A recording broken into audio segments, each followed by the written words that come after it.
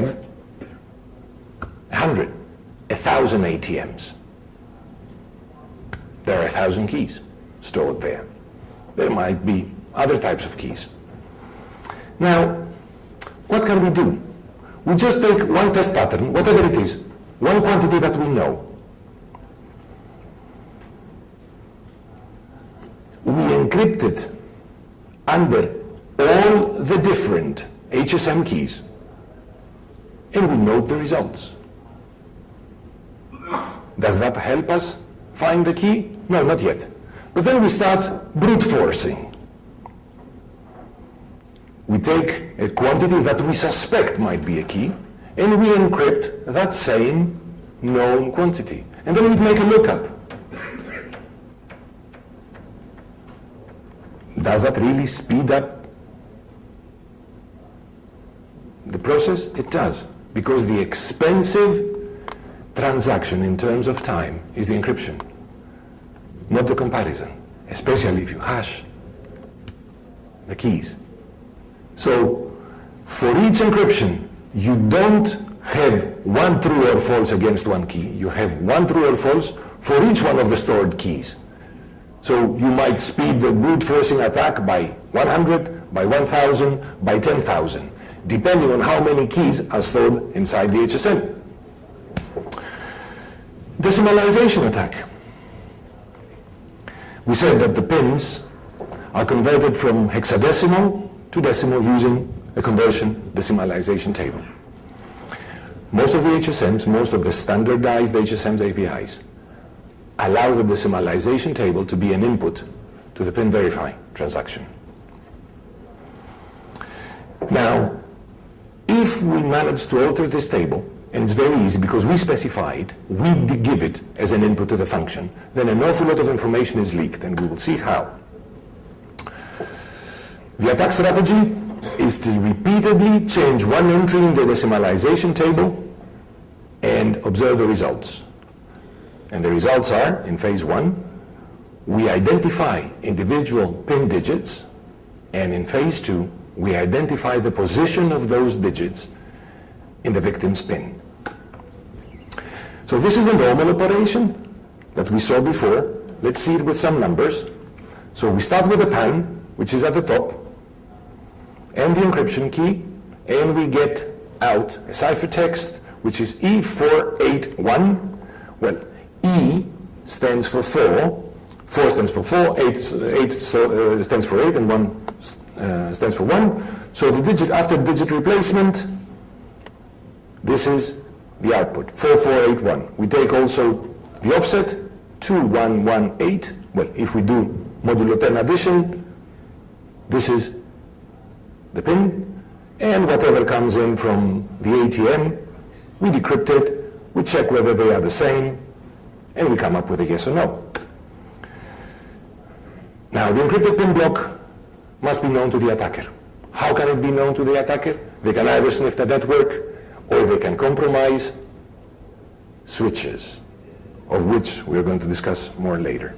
And for simplicity's sake, let's assume in the next examples that the offset is 0. The client has not yet changed his pin.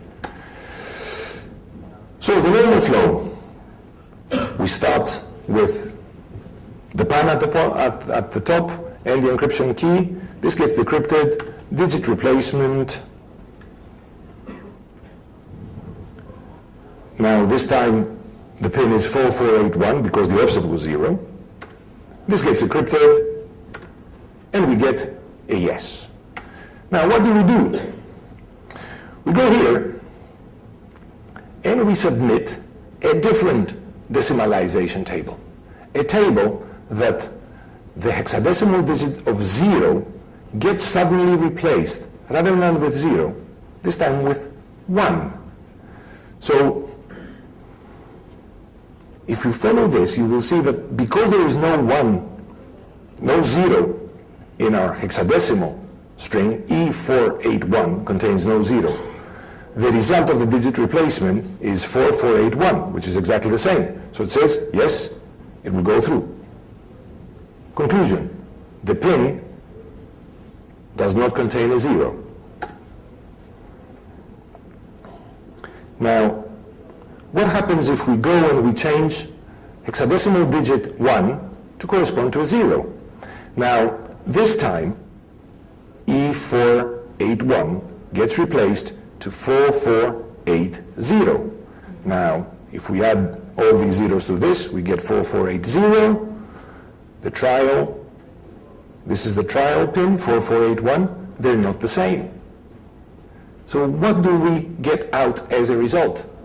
The pin contains the digit 1. But now, we don't know where. We know it contains the digit 1, but we don't know in which position. So now we pass. Of course, we do this many times, up to 16 times, to find out the different digits, yes? But once we find out all 4 digits, we then go to find out which position they're in. And for that, we keep the decimalization table constant, and we start playing with the offset. So now, 4480, changing the offset with the first digit to be 1 rather than 0, will lead us to a 5480, which is not the same. So we know now that digit 1 is not in the first position because we altered the first position of the offset. Same attack, we move we change the digit, the second digit of the offset.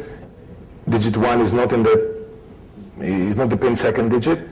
It's not the third digit, but hey, we got it at the 4th time. The 4th attempt. When we modify the last digit of the offset, what do we get? 4481. And now we know that 1 is the 4th digit of the pin. How long does it take? If we know the offset, anywhere between 1 to 20 seconds. Provided you know how to write a for loop. Otherwise, it might take slightly longer. With an unknown offset, if you're lucky 10, if you're not lucky, up to 1,000, 1,100 seconds, which is not a lot. That's the final attack. It's called the translation attack. And as we said, banks need to interchange information. And because they need to interchange information, they need to encrypt pins that they acquire to send to the issuing bank. So there are some nodes, some HSMs, sitting on the edge of keying zones that receive things encrypted with the bank's communication keys, and they translate them, they decrypt and then re-encrypt it under the key they share with another keying zone. However, because not everything in this world has been standardized, I was having problems with my power supply. I have a European connector. Apart from doing this translation by decrypting and re-encrypting, the other financial institution might be using a different ISO pin block format than the one the organization uses. So the translation function always gives you the capability of switching ISO format. So if my bank is using ISO 3 and the other bank uses ISO 0, the keying change, the translation function, will not only need to decrypt the pin and re-encrypt it with the other bank's key, it will only need to reformat the pin block. So how do we prepare for this attack? We just need to pre-compute a table of 10,000 encrypted pin blocks using ISO 0 format. The ISO 0 format, if you remember, uses a constant filler after the pin, which is all Fs, and the client's card number. When we do that pre-computation, we use a known card number. Let's assume it's all zeros. We create a table whereby the nth entry corresponds to the nth number between 0000 and 9999. So, for each and every encrypted PIN block that we might see, we might receive, what do? We take it, we convert it to ISO 1. If you remember, ISO 1 is a format which uses the PIN and then some, it does not use the account number, it just uses the PIN and the filler. So by converting the PIN block into ISO 0, we then break the relationship of the PIN with the card number. Because ISO 0 doesn't take into consideration the card, it's only the PIN and the filler. So we break that relationship. And then we re-encrypt under ISO 0. Now, if you ask an HSM to convert ISO 1 that has no card number information to ISO 0, which has card information, it will ask you for the card number. So we take something that has information of the original card, we break that relationship, we make the HSM forget about that card number, give us back an encrypted value of the PIN only, and then we turn this into an ISO 0 PIN block with the card number that we know. Which card number? The same one we used for the precomputation of the 10,000 entities. And then it's just a matter of a simple lookup. You just take a look at the table and you say, oh, which one is this? It's entry 9,187. Guess what? The PIN is 9,187.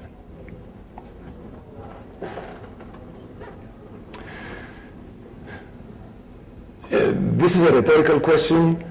I would be thrilled if you had digested the entire presentation and you could answer this question, but maybe you have not. So that's for something, a question to take home if you ever take a look at this presentation again, and if you find the answer, great, answers on a postcard.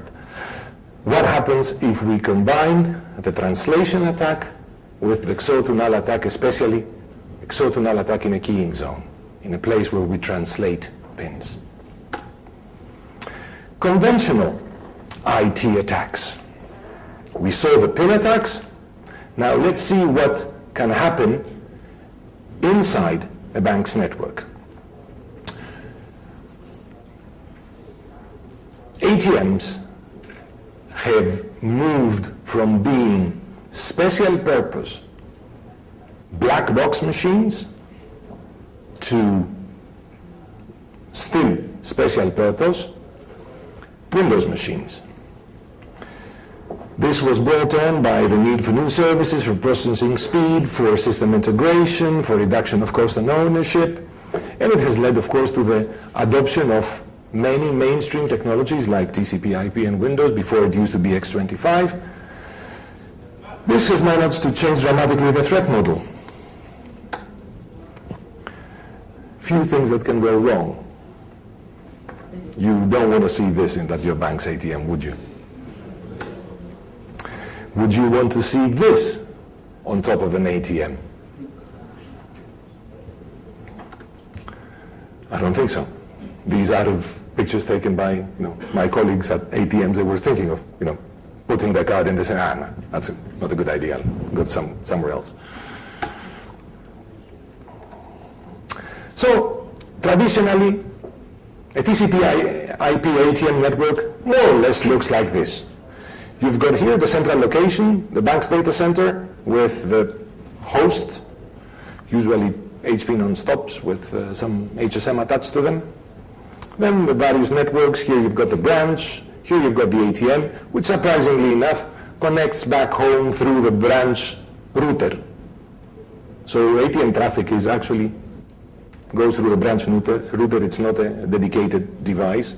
So if somebody is IT savvy in the branch, he can collect encrypted PIN blocks. And of course there are some remote ATMs which either get connected through branches or directly they speak back to HQ. So what can go wrong? You've got an attacker, he's sending a nice email, to some of the bank employees,